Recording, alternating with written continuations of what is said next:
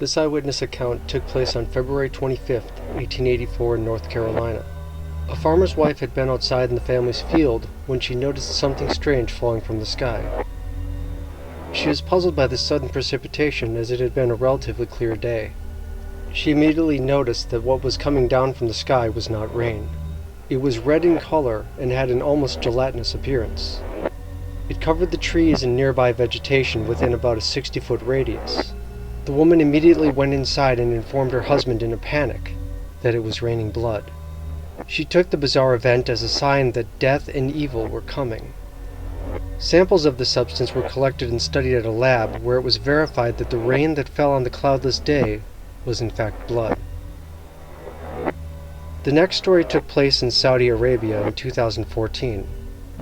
It was around 2:30 a.m. when police received a frantic telephone call.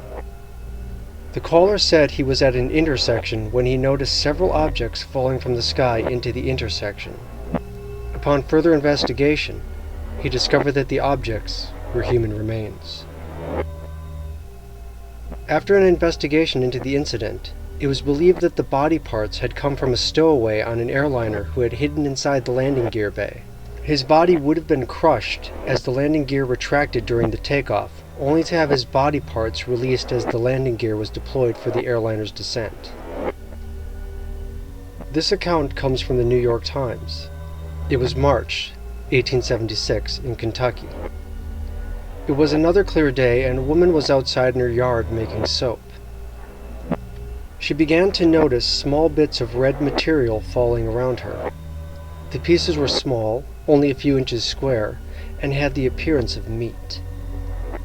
When the skyfall had ended, an area of about 100 yards in length had been covered in the strange red meat. It coated the ground and even the nearby fences. The meat was also noted to have a very fresh appearance.